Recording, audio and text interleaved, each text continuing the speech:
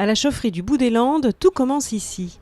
Dans ces fosses, un camion déverse tous les 4 jours plusieurs tonnes de plaquettes de bois.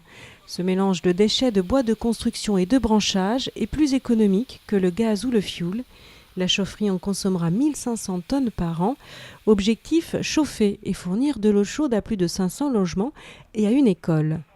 Au sous-sol, le bois est réparti sur un tapis roulant et acheminé de façon régulière et automatique jusqu'à la chaudière, l'élément central de cette petite usine. Et une fois dans le foyer, le bois brûle comme dans une cheminée un peu plus moderne, avec un système de ventilation d'air pour optimiser la combustion du bois.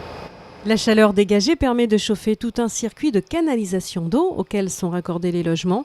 Là encore, tout est automatique. La chaufferie n'a besoin que d'un seul technicien pour tourner. Les cendres sont ensuite récupérées dans ce bac pour servir de compost. Ici, rien ne se perd.